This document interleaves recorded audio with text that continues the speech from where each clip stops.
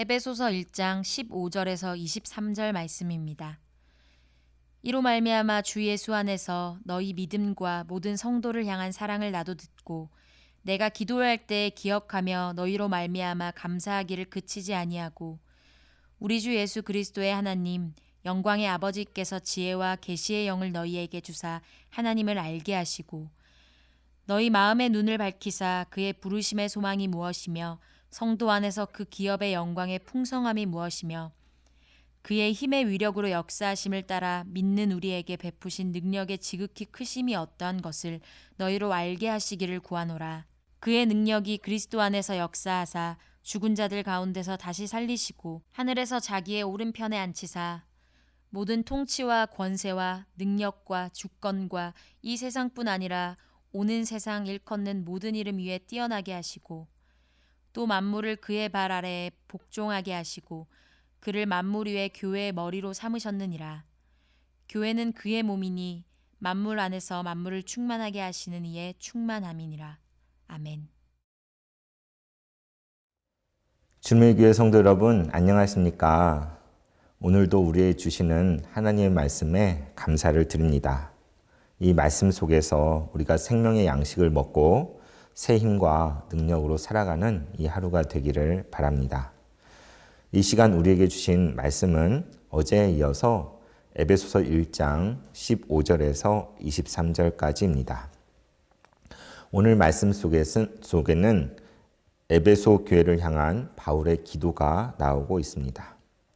바울은 사실 지금 감옥에 갇혀 있지요. 하지만 그 안에서도 에베소 교회 성도들의 소식을 전해 들을 수가 있었습니다.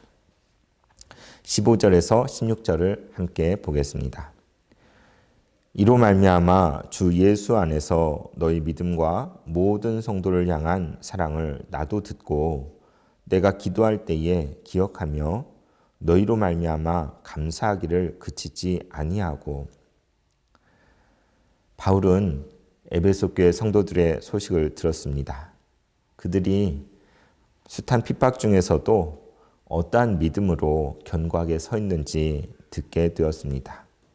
또 모든 성도들을 향하여 어떠한 사랑을 품고 있는지, 베풀고 있는지 듣게 된 것입니다. 사실 그동안 바울도 많이 염려하고 걱정했습니다.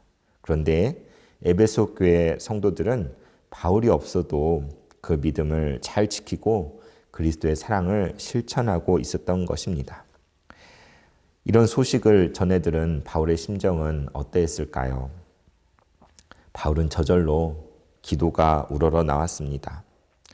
주님 앞에 아마 무릎을 꿇고 기도하였을 것입니다. 주님 감사합니다. 주님 감사합니다. 그는 감사를 그칠 수 없었을 것입니다. 성도 여러분, 지금 우리는 코로나 상황 속에 놓여 있습니다. 그래서 일상 속에서 성도가 서로 만나거나 교제의 떡을 나누기가 매우 어려운 형편입니다. 그러나 우리가 이렇게 떨어져 있을지라도 서로 소식을 주고받을 수 있다는 것이 얼마나 감사한지 모르겠습니다. 여러분, 에베소 교회 성도들처럼 우리의 믿음의 모습이, 사랑의 모습이 다른 누군가에게 감사의 조건이 된다면 얼마나 좋을까요? 또 바울처럼 다른 이들의 모습을 보고서 하나님께 감사를 드릴 수 있다면 얼마나 좋겠습니까? 우리는 이렇게 만날 수 없는 때일수록 서로를 기억해야 할 것입니다. 그냥 잊어버리고 살아서는 안 됩니다. 우리 주위에는 우리의 관심을 끄는 수많은 것들이 있을 것입니다. 하지만 그런 것들에 너무 많이 여러분의 마음을 빼앗기지 마십시오. 주님의 교회를 잊지 않으셨으면 좋겠습니다. 믿음의 공동체, 겨자씨 식구들, 함께 동역하였던 성도들을 기억하고 여러분 마음에 품으시기를 바랍니다. 우리는 그리스도 안에서 한 형제자매입니다. 서로를 위해서 기도하시기 바랍니다. 그리고 서로를 인하여 바울처럼 하나님께 감사하기를 바랍니다.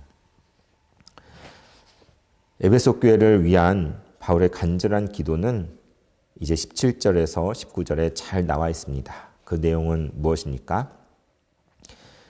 우리 주 예수 그리스도의 하나님 곧 영광의 아버지께서 지혜와 계시의 영을 너에게 주사 하나님을 알게 하시고 너희 마음의 눈을 밝히사 그의 부르심의 소망이 무엇이며 성도 안에서 그 기업의 영광의 풍성함이 무엇이며 그의 힘의 위력으로 역사하심을 따라 믿는 우리에게 베푸신 능력의 지극히 크심이 어떠한 것을 너희로 알게 하시기를 구하노라.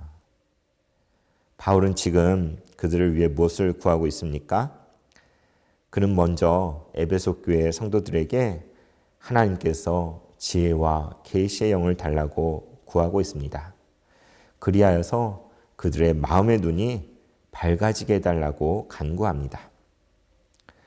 그들의 눈이 밝아졌을 때에 보아야 할 첫 번째는 바로 하나님이 누구이신가 하는 것이지요. 그분은 누구십니까? 바울의 고백처럼 그분은 다른 분이 아니라 바로 우리 주 예수 그리스도의 하나님이십니다. 그분은 영광스러운 아버지가 되십니다.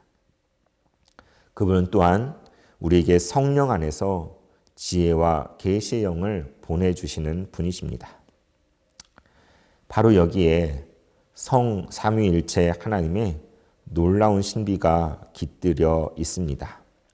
성부, 성자, 성령이죠. 제임스 패커의 유명한 책 제목처럼 우리는 하나님을 아는 지식, 바로 그것이 필요합니다. 하나님을 아는 지식, 그것은 어떻게 얻을 수 있습니까?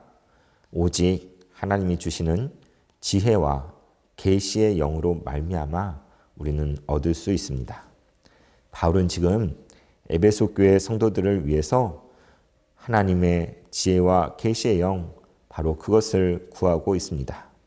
하나님을 온전히 알도록 말입니다. 이렇게 지혜와 계시의 영이 우리에게 임할 때에 또 무엇을 알게 될까요? 이어지는 바울의 기도문 속에서 세 가지로 그것이 제시되어져 있습니다. 그것을 살펴보면 첫 번째는 우리를 향한 하나님의 부르심의 소망이 무엇인지 알게 됩니다. 두 번째는 성도 안에서 그 기업의 영광의 풍성함이 무엇인지 알게 됩니다. 그리고 세 번째는 그의 힘의 위력으로 역사하심을 따라 믿는 우리에게 베푸신 능력의 지극히 크심이 어떠한지를 알게 되는 것입니다. 이 세 가지, 이것들은 제각각인 것이 아니라 사실 서로 긴밀하게 연결되어 있습니다. 한번 살펴볼까요? 먼저 우리는 우리를 향한 하나님의 부르심이 있는데 그것을 깨달아 알아야 합니다. 그 부르심 안에는 이 세상에서는 알 수 없는 놀라운 소망이 담겨져 있습니다. 그러나 그것은 그냥 막연한 바람 또는 기대로 끝나는 것이 아니지요. 그것은 성도 안에서 그 기업의 영광으로 이미 우리에게 주어져 있습니다. 그 기업의 영광이 얼마나 풍성한 것인지 우리는 또한 알아야 되는 것입니다.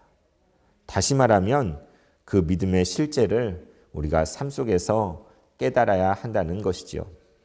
한 걸음 더 나아가서 우리가 알아야만 하는 것은 하나님의 힘과 능력입니다. 그의 힘의 위력으로 역사하심을 따라 믿는 우리에게 베푸신 능력의 지극히 크심이 어떠한 것을 너희로 알게 하시기를 구하노라. 그렇습니다. 하나님은 멈춰 계시지 않습니다. 하나님은 힘이 없는 분이 아니십니다. 그분은 지금도 놀라운 힘의 위력으로 역사하고 계십니다. 그분은 자기를 믿는 자들에게 그 능력을 베풀어 주십니다. 바울은 에베소 교회 성도들이 하나님의 그 능력에 지극히 큰 것이 어떠한지를 알게 되기를 간절히 바랬습니다. 여러분은 어떻습니까? 하나님이 여러분에 베풀어 주신 능력의 지극히 큰 것을 깨닫고 계신지요? 그것을 삶 속에서 경험하고 계신지 궁금합니다. 이 모든 것은 우리가 반드시 깨달아 알아야 하는 것들입니다. 우리가 알아도 그만, 그냥 몰라도 그만인 것들이 아닙니다. 저와 여러분을 향한 하나님의 놀라운 뜻이 있습니다. 그분의 풍성하고 놀라운 삶에 대한 약속이 여기에 있습니다. 이것은 어쩌면 우리의 과거와 현재와 미래를 관통하는 것들입니다. 하나님은 그 한가운데로 우리를 이끌기 원하십니다. 그렇다면 우리는 어떻게 해야 될까요? 우리도 바울처럼 기도해야 할 것입니다. 주님, 우리에게 지혜와 계시의 영을 부어 주시옵소서. 우리로 하나님을 온전히 알게 하여 주시옵소서. 우리를 향하신 하나님의 뜻을 깨닫고 알아 주님을 찬양하게 하옵소서라고 말입니다. 이어지는 20절부터는 바울이 그 하나님의 능력과 그 능력의 결과에 대해서 우리에게 가르쳐주고 있습니다. 22절까지 제가 읽어드리겠습니다. 그의 능력이 그리스도 안에서 역사하사 죽은 자들 가운데서 다시 살리시고 하늘에서 자기의 오른편에 앉히사 모든 통치와 권세와 능력과 주권과 이 세상뿐 아니라 오는 세상에 일컫는 모든 이름 위에 뛰어나게 하시고 또 만물을 그의 발 아래 복종하게 하시고 그 만물 위에 교회의 머리로 삼으셨느니라. 하나님의 놀라운 능력이 어디에 나타났습니까? 바로 하나님의 아들 예수 그리스도 가운데 온전히 나타났습니다. 바로 그리스도의 부활로서 우리에게 나타난 것입니다. 그 하나님의 능력이 그리스도를 죽은 자 가운데서 다시 살리셨습니다. 또 하나님은 그 능력으로 아들을 하늘로 이끄셔서 자기의 오른편에 앉게 하셨습니다. 그리고 모든 통치와 권세와 능력과 주권과 이 세상과 오는 세상의 모든 이름 위에 뛰어난 이름을 예수님께 주셨습니다. 바로 우리 주 예수 그리스도이신 것이죠.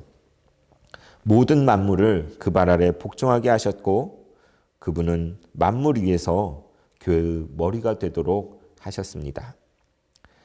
그렇습니다. 그리스도는 교회의 머리가 되십니다. 참으로 놀랍지 않습니까? 하나님이 계시고 또 만물이 있는데 그 사이에 하나님의 교회가 있습니다. 그리고 그 교회의 머리는 바로 그리스도이신 것입니다. 우리 주님의 교회의 머리는 누구입니까? 바로 예수 그리스도이십니다. 그래서 우리는 우리 교회의 이름도 주님이 주인이시라는 의미로 주님의 교회라고 지은 바 되었습니다. 이것은 하나님의 능력이 우리 가운데 놀랍게 역사하심으로 이루어진 것이지요. 교회는 그냥 된 것이 아닙니다. 그냥 사람들이 모여서 어떻게 하다가 뜻이 맞아서 교회를 만든 것이 아닙니다. 우리 교회에 대해서 그렇게 오해하시면 안 됩니다. 이 교회의 머리는 바로 그리스도이십니다. 마지막 23절을 함께 볼까요? 교회는 그의 몸이니 만물 안에서 만물을 충만하게 하시는 이의 충만함이니라. 여러분, 이런 말씀을 듣고도 까무러치시는 분이 한 분도 안 계시네요. 들어보면 뭔가 놀라운 구절 같은데 그 뜻이 잘 안 잡히지 않습니까? 한번 보겠습니다. 바울은 지금 우리가 몸담고 있는 교회에 대해서 이렇게 가르쳐 줍니다. 교회는 무엇이냐? 바로 그리스도의 몸입니다. 그런데 그분은 우리를 위하여 이 땅에 오신 하나님의 아들이시지요.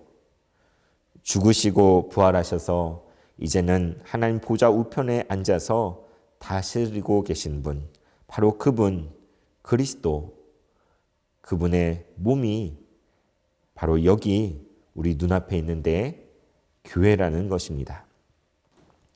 교회는 또한 만물 안에서 만물을 충만하게 하신 이의 충만함이라고 가르쳐 줍니다. 하나님은 진정 이 세상의 모든 것을 충만하게 하시는 분이십니다.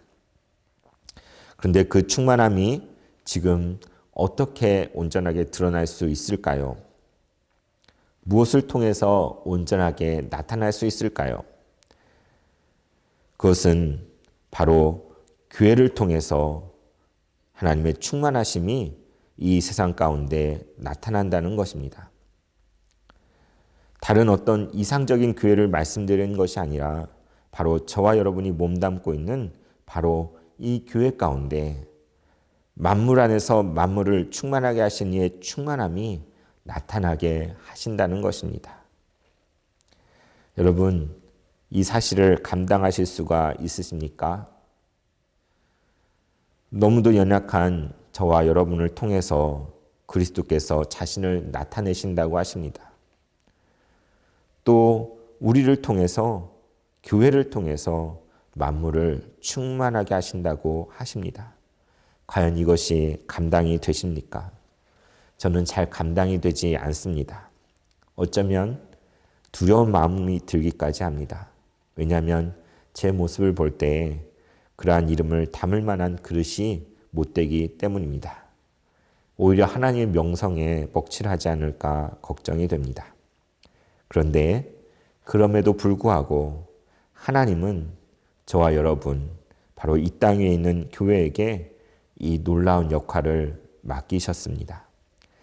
그래서 교회야말로 그리스도의 신비라고 할 수 있습니다. 이 신비를 깨닫고 살아가는 우리 모두가 되기를 소원합니다. 감사합니다.